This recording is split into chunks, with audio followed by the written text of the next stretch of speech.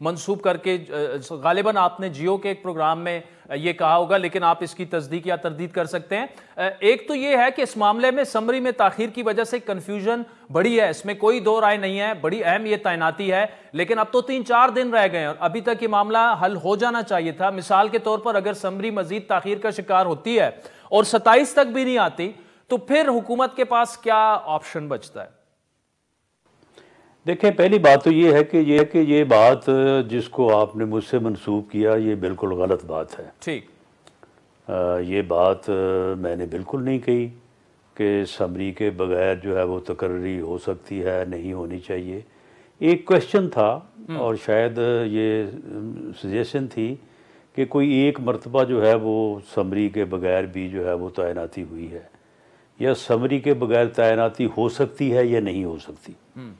دیکھیں، بہت ساری چیزیں جو ہیں وہ ہو سکتی ہوتی ہیں اور نہیں بھی ہو سکتی ہوتی، لیکن ہر چیز کا ایک کرینہ اور سلیقہ ہوتا ہے جی، اور کرینہ اور سلیقہ تو یہی ہے کہ کنسرن منسٹری جو ہے وہ اپنا ڈوزیئر اور وہ سمری جو ہے وہ آفٹر جو بھی فارمیلٹیز ہیں وہ بھیجے اور اس کے اوپر جو ہے وہ آرڈر سخت ہو۔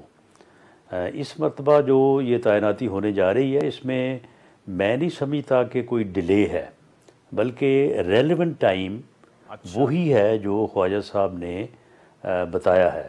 یعنی مثال کے طور پہ انہوں نے یہ پہلے کہا تھا کہ 18 تاریخ کو یہ پروسیس شروع ہو جائے گا، اس کے بعد انہوں نے یہ بتایا کہ ویکینڈ کی وجہ سے جو ہے یہ پروسیس جو ہے وہ منڈے سے شروع ہو جائے گا، اور کل سے جو ہے وہ شروع ہو گیا ہے۔ اب انہوں نے اس کے متعلق کہ یہ کتنے عرصے میں یہ جو ہے وہ مکمل ہوگا اس کے متعلق بھی انہوں نے واضح طور پہ جو ہے وہ بتا دیا ہے۔ تو کرینہ اور سلیقہ تو یہی ہے اور اسی کے مطابق جو ہے وہ ہونا چاہیے۔ اور یہ بات کہ اگر فلاں تاریخ تک ایسا نہ ہو، میں سمجھتا ہوں کہ اتنی اہم تعیناتی جس کا پاکستان کی انٹرنل ایکسٹرنل سیکورٹی سے ہے، اور اس میں جو ہے وہ ایک ریاست کا، ملک کا، قوم کا جو ہے وہ مفاد وابستہ ہے، اس کے اوپر اگر مگر جو ہے وہ اگر ہم نہ کریں تو وہ زیادہ بہتر ہے، اور ہمیں اس کے اوپر ڈیفینٹ بات اور جو متعلقہ لوگ بات کرتے ہیں اس کے اوپر یقین کرنا چاہیے۔ اور میں سمجھتا ہوں کہ خواجہ آصف صاحب نے جو بات آج کی ہے وہ بالکل درست ہے اور اس کے اوپر ہمیں یقین کرنا چاہیے۔ رانا صاحب، آپ مار ہیں کہ طریقہ بھی ہے، سلیقہ بھی ہے، اور روایات بھی یہی ہیں کہ وزارت دفاع سے ایک باقاعدہ سمری آتی ہے، پھر وزیر اعظم پاکستان جو بھی ہو ان کو اس فیصلے کا استحقاق ہے، وہی وہ فیصلہ کریں گے۔ لیکن پی ٹی آئی مطلب کل شاہد خاقان عباسی نے یہ کہا کہ سمری کا نہ آنا جو ہے وہ غیر آئینی ہے۔ آج آپ نے کہا کہ طریقہ اور سلیقہ اور روایت یہی ہے، تو کیا اب یہ کہا جا سکتا ہے کہ بالکل تعیناتی جو ہے وہ سمری آنے کے بعد ہوگی، جس طرح خواجہ آصف صاحب نے کہا کل تک سمری آ جائے گی؟ یعنی حکومت کا کوئی ایسا پلان نہیں ہے کہ سمری کے بغیر جو ہے وہ تعیناتی کر دی جائے، کیونکہ پی ٹی آئی اس کو اسی طرح پچ کر رہی ہے کہ آپ سمری کے بغیر تعیناتی کرنے والے ہیں۔ نہیں، وہ بالکل غلط پچ کر رہے ہیں، اور کوئی گورنمنٹ کا نہ تو کوئی اس قسم کا پلان ہے اور نہ ہی کوئی ایسی صورتحال ہے۔ اچھا، صورتحال کی جو عکاسی ریلیونٹ منسٹر خواجہ آصف صاحب وزیر دفاع نے کی ہے وہ بالکل درست کی ہے، اور انہی سے متعلقہ ہے، ان سے زیادہ اور کوئی ان چیزوں کا پریوی کون ہو سکتا ہے؟ تو اس لیے کوئی ایسی جو، کیونکہ آج کل آپ کو پتہ ہے کہ سوشل میڈیا خاص طور پہ جو ہے افواہیں تو آج کل جو ہے وہ ایک دم چل جاتی ہیں، اور کوئی لمٹ بھی نہیں ہوتی کہ کہاں تک بات کو چلا دیا جائے۔ تو نہ تو کوئی ایسی صورتحال ہے، نہ کوئی ایسی پلاننگ ہے، اور جو وزیر دفاع نے جو بات کی ہے انہوں نے باخبر ہوتے ہوئے یہ بات کی ہے، اور ان کی بات جو ہے بالکل درست ہے۔ اچھا رانا صاحب، قابلات جمعرات کو ایک نکاتی ایجنڈے پر بلا لیا گیا ہے، تو کیا یہ یک نکاتی ایجنڈا یہ آرمی چیف کی تعیناتی کے معاملے سے تعلق رکھتا ہے؟ جو میری انفارمیشن یا میرا نالج ہے اس کے مطابق تو یہ صوابدید ہے جی جی پرائم منسٹر کی، تو اس میں میرا نہیں خیال کہ اس یک نکاتی ایجنڈے پہ کیبنٹ کی میٹنگ کی کوئی ضرورت ہے۔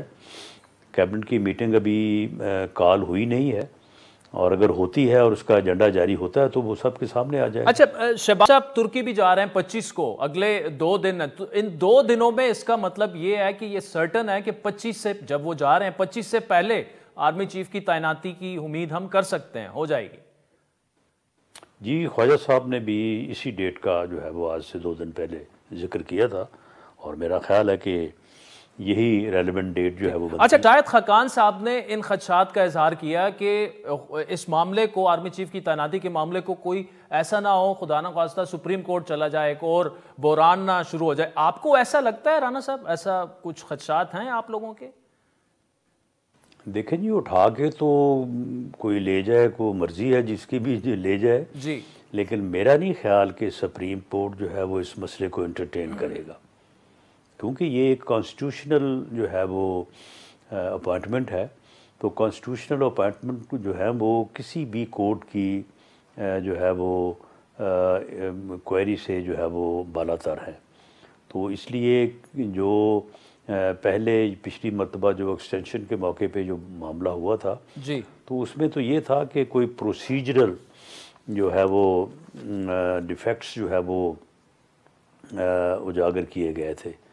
تو وہ جب دوبارہ لیجسلیشن کے ذریعے سے وہ چیزیں جو ہے وہ فلفل ہو گئیں تو اس کے علاوہ اس اپوائنٹمنٹ کو تو سپریم کورٹ آئینی طور پہ نہیں لے جایا جا سکتا. اگر کوئی لے کے جائے گا تو اس کی پٹیشن جو ہے وہ داخل. اچھا رانا صاحب 26 کو عمران خان صاحب پہنچ رہے ہیں اسلام آباد اور ان کے اس احتجاج کو سہم تعیناتی سے بھی جوڑا جا رہا ہے. اگر وہ آ کر بیٹھ جاتے ہیں اور شاید ان کا پلان بھی یہی ہے، کیونکہ فواد چودھری کہہ رہے ہیں خیمہ بستیاں ہم بنا رہے ہیں، جتنے رانا صاحب کنٹینر رکھیں وہ اس کا بندوبست کر کے آئیں گے. ایسے میں گورنمنٹ کا پلان کیا ہے اگر یہ قافلے 25 تاریخ سے اسلام آباد کی حدود میں داخل ہونا شروع ہو جائیں تو وہ تو بالکل سب کچھ جام کر دیں گے، کیونکہ اسد عمر یہاں تک کہہ چکے ہیں کہ اگر عمران خان چاہیں تو ہمارے کارکنان آگے تک جائیں گے. دیکھیں شاہ زیب یہ بازو میرے آزمائے ہوئے ہیں، اب میں کوئی بڑی بات نہیں کرنی چاہتا. یہ ذلیل و رسوا ہونے کے لیے آ رہے ہیں. لانگ مارچ انہوں نے کیا اور وہ لانگ مارچ جو ہے وہ پھر رینگ مارچ بنا، اور کس طرح سے یہ شہر شہر اور تحصیل تحصیل جو ہے وہ کھجل ہوئے، خراب ہوئے، ایکسپوز ہوئے. کس طرح سے سرکاری ملازموں کو بازار بند کر کے، چھٹیاں دے کے، اسکول بند کر کے یہ وہاں پہ جو ہے وہ اپنی جو ہے وہ یعنی ایکسپوجر کو بچانے کی کوشش کرتے رہے. اب یہ یہاں پہ آ کے یہ کہہ یہ رہے ہیں کہ تاریخ کا سب سے بڑا اجتماع ہوگا. میں یہ دعوے سے کہتا ہوں کہ آج تک پی ٹی آئی نے اپنا پورا زور لگا کے جو یہاں اسلام آباد کے پریڈ گراؤنڈ میں یا راول پنڈی میں جو ہے وہ جلسے کیے ہیں، گیدرنگ کی ہے، اس کا فگر جو ہے ان بیٹوین جو ہے وہ اکثر کا تو جو ہے وہ 20 سے 25 کے لگ بھگ، اور جو ایک پیک تھا وہ میرا خیال ہے کہ وہ 30-35 تک تھا. میں دعوے سے کہتا ہوں کہ اب یہ بھی نہیں کر سکیں گے یہ. اچھا. اور دوسری بات یہ کہ یہ کہتے ہیں جی ہم 20 لاکھ لوگ لے کے آئیں گے، کبھی کہتے ہیں جی ہم پتہ نہیں لوگوں کا سمندر لے کے آئیں گے. تو یہ سارے دعوے ان کے دھرے رہ جائیں گے، ان کی باتیں جو ہیں وہ ان کے منہ پہ آئیں گی. باقی رہی بات کہ اسلام آباد کیپٹل سٹی کو پہ چڑھائی کرنے کا، وہ ہم نے پورا بندوبست کیا ہوا ہے. اب اس کی تفصیل میں جانے کی مجھے ضرورت نہیں ہے، لیکن اگر انہوں نے یہ حرکت کی تو انہیں بہت منہ کی کھانی پڑے گی، اور یہ کسی صورت بھی ان کو جو ہے وہ ریڈ زون میں ہم داخل نہیں ہونے دیں گے. اس کا ہم نے 3 لیئر انتظام جو ہے وہ کیا ہوا ہے. باقی اسلام آباد میں کچھ جگہ ایسی ہیں کہ جہاں پہ احتجاج کرنے کی عدالت کی طرف سے اجازت جو ہے وہ دی گئی ہے، اور اس کے ساتھ کچھ کنڈیشنز بھی ہیں. اگر ان کو فالو کرتے ہوئے یہ اسلام آباد میں آنا چاہتے ہیں تو بسم اللہ آئیں. رانا ثناء اللہ صاحب، thank you so much for joining us. کیا پاکستان کے سر پر دیوالیہ ہونے کے خدشات منڈلا رہے ہیں؟ جس طرح عمران خان صاحب بار بار اور بڑے وثوق سے دعویٰ کر رہے ہیں کہ 70-80% چانسز یہ ہیں کہ پاکستان ڈیفالٹ کر جائے گا، اور کیا پاکستان کی معیشت جو ہے وہ واقعی تباہی کے دہانے پر پہنچ چکی ہے؟ کیا پاکستان کے خزانے میں بیرونی ادائیگیوں کے لیے پیسے ختم ہو چکے ہیں؟ یہ تمام سوالات اس وقت ملک میں جاری جو ایک سیاسی کشمکش ہے، ایک سمری اور اس کے نتیجے میں ہونے والی اہم تعیناتی کے معاملات کی دھند میں یہ سب کچھ جو ہے وہ اس وقت چھپا ہوا ہے۔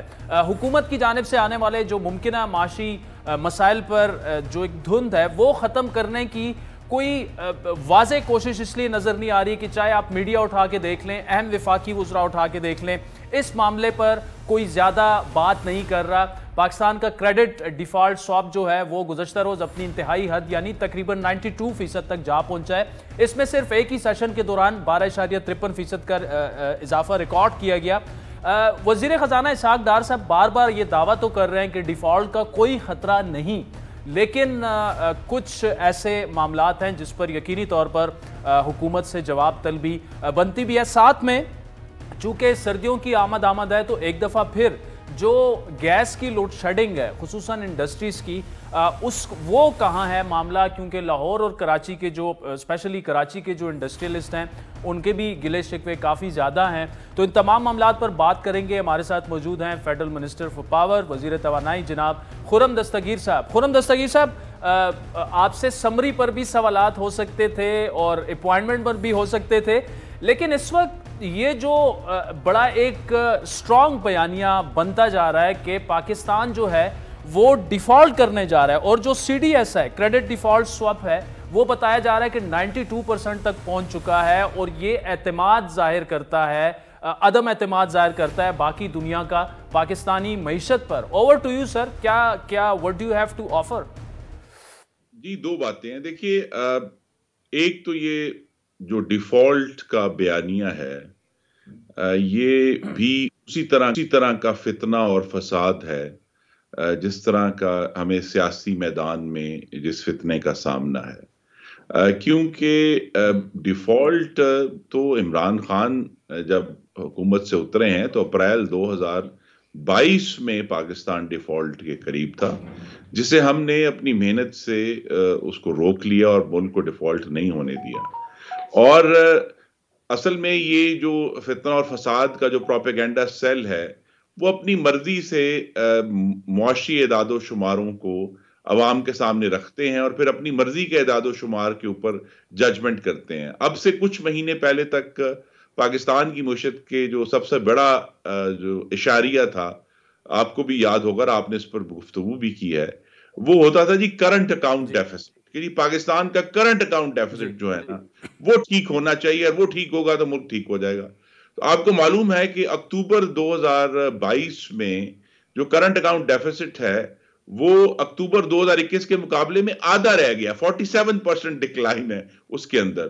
تو پاکستان میں جب کرنٹ اکاؤنٹ ڈیفیسٹ جو ہے اس میں اتنی کمی آ رہی ہے تو اس کا مطلب ہے کہ پاکستان کی جو فورن ایکسچینج پوزیشن ہے وہ مستحکم ہے، اور انشاءاللہ جو دسمبر میں ہماری پیمنٹس ڈیو ہیں وہ ہم کریں گے۔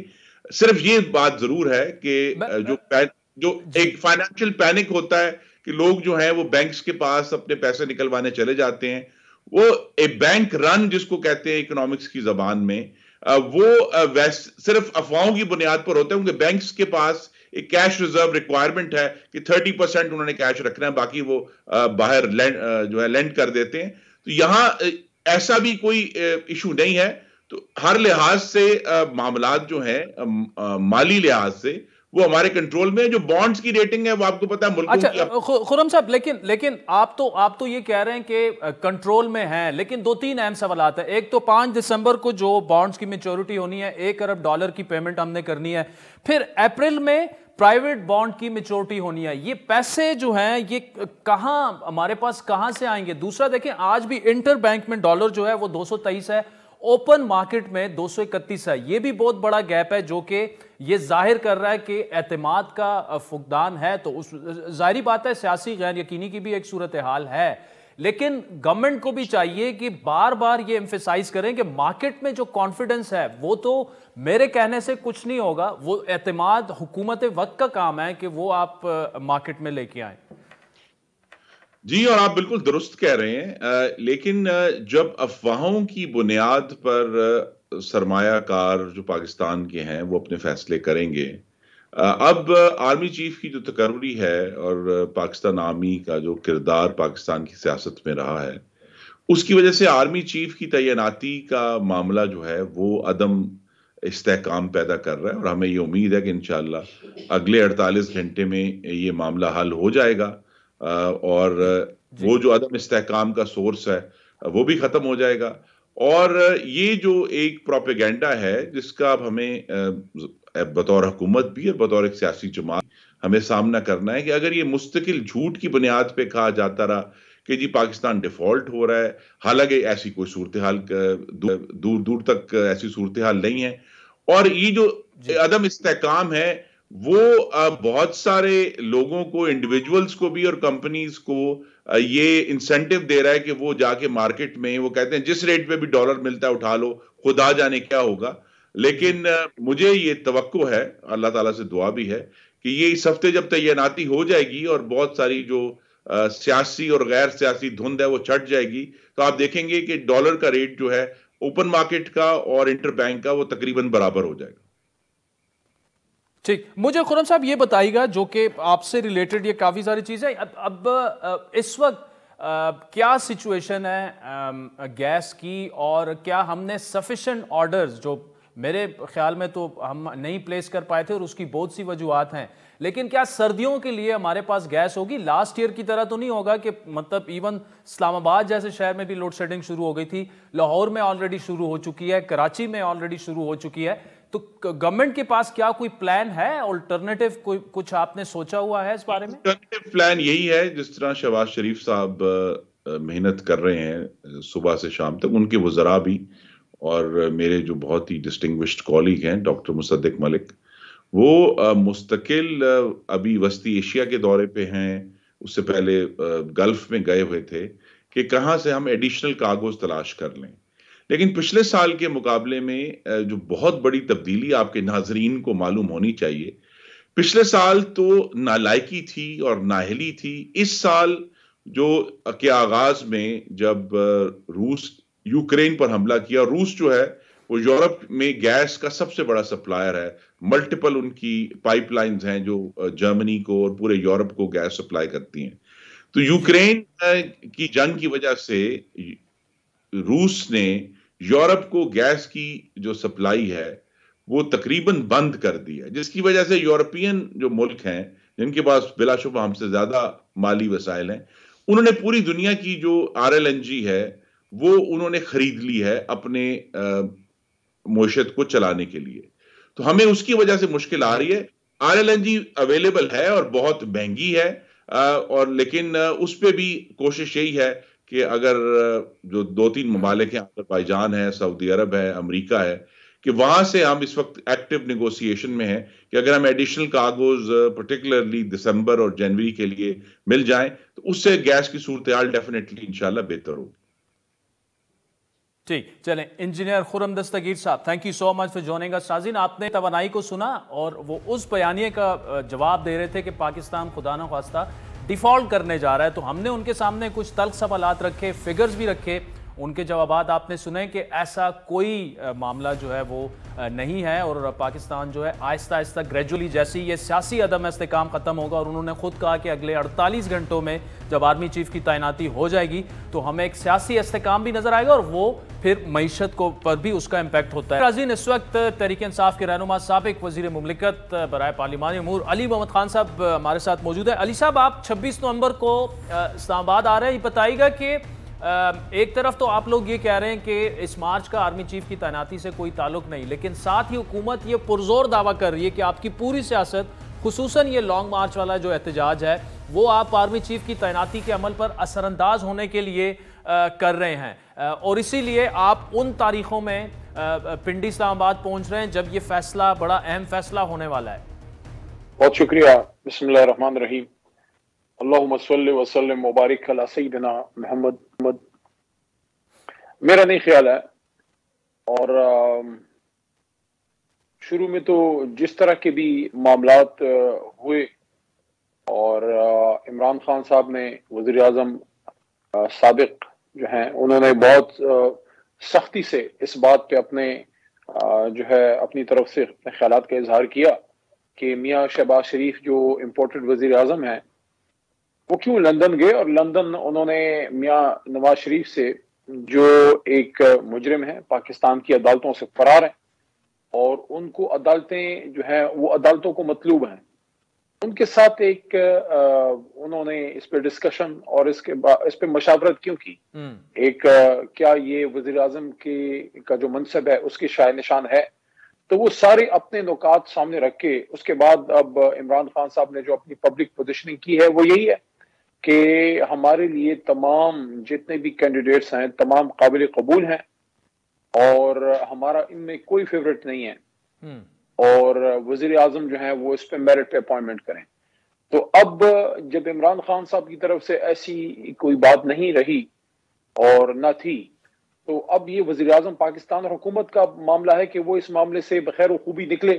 اب خود اپنا بوجھ اٹھا نہیں سکتے اور اپنا بوجھ آگے پیچھے ٹرانسفر کر رہے ہیں. جو وزیر دفاع کے بیانات آئے ہیں خواجہ آصف صاحب کے ساتھ, کیا یہ شائع نشان ہے؟ اتنے امپورٹنٹ پوسٹنگ کے حوالے سے جس طرح کی وہ کمنٹ کر رہے ہیں, کیا یہ ایک سنجیدہ معاملہ نہیں ہے؟ اور اس کو جتنی غیر سنجیدگی سے یہ حکومت ڈیل کر رہی ہے اور اس وقت میں جب میاں نواز شریف جو ہیں وہ اب سیر پہ نکل گئے ہیں یورپ کے, یہ چیزیں کیا بتا رہی ہیں؟ جبکہ اس طرف وہاں جو تسنیم حیدر ہے اس نے جس طرح کے سخت الزامات لگائے ہیں, کیا اس کی جانچ نہیں ہونی چاہیے؟ تو یہ تو حکومت معاملات خراب کری ہے, ہماری طرف سے تو کوئی ایسا معاملہ نہیں. یہ بتائے گا کہ آپ لوگوں کا منصوبہ کیا ہے؟ کیا اسلام آباد میں آپ 26 تاریخ کو داخل ہو جائیں گے یا راول پنڈی میں پڑاؤ ڈالیں گے اور اس کے بعد کیا آپ جلسہ کریں گے یا ایک باقاعدہ دھرنا ہوگا اور آپ بیٹھ جائیں گے؟ فی الحال تو راول پنڈی میں اجتماع ہے, وہاں اکٹھا ہونا ہے اور اس کے بعد آگے کا جو لائے عمل ہے کہ کیا اسلام آباد میں ہم نے کب انٹر ہونا ہے وہ چیئرمین عمران خان صاحب وہیں پہ پھر اس کا اعلان کریں گے. تو فی الحال تو راول پنڈی ہے. ہاں اسلام آباد آنا ہے, کب آنا ہے اور وہاں پھر اسلام آباد میں کہاں پڑاؤ کرنا ہے تو let the chairman decide it on that very. اچھا, آپ سے پہلے وزیر داخلہ رانا ثناء اللہ بات ہوئی آپ کے مارچ کے بارے میں, تو انہوں نے کہا یہ بازو میرے آزمائے ہوئے ہیں اور وہ کہتے ہیں آپ اتنے لوگ 20 لاکھ لوگ تو دور کی بات ہے, شاید ہزاروں لوگ بھی آپ اکٹھے نہ کر پائیں. تو اگر واقعی ایسا ہوتا ہے اور 26 تاریخ کو آپ کی پارٹی پر اس کا بڑا برا اثر پڑ سکتا ہے, آپ کی جو مزاحمتی ایک سیاست ہے اس کو دھچکا بھی لگ سکتا ہے اگر لوگ نہ نکل پائے. علی صاحب, ہمارے نقصان کی اتنی فکر انٹیریئر منسٹر صاحب کو کب سے ہونے لگی؟ وہ اپنی خیر منائیں, اپنا قبلہ درست کریں, اپنی حکومت کا قبلہ درست کریں اور آگے پیچھے بھاگے دوڑے نہیں. جو کرنے والا کام ہے وہ کریں.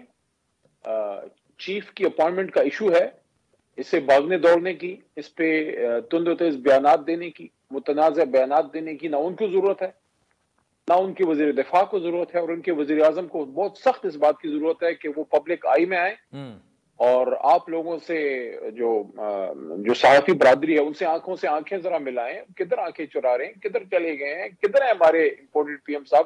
آئیں اور یہ اہم ترین تعیناتی کریں. یہ کیا آپ نے جو ہے مذاق بنا دیا ہوا ہے, اور یہ کوئی پہلی بار اپوائنٹمنٹ ہو رہی ہے جو آپ ادھر ادھر بھاگ دوڑ رہے ہیں, جب ملک کے سب سے مقبول لیڈر نے ایک طرح سے سپورٹ دے دی ہے کہ بھئی آپ اپوائنٹ کریں میرٹ پہ جس کو آپ نے کرنا ہے, ہمارا کوئی بلو آئیڈ نہیں ہے.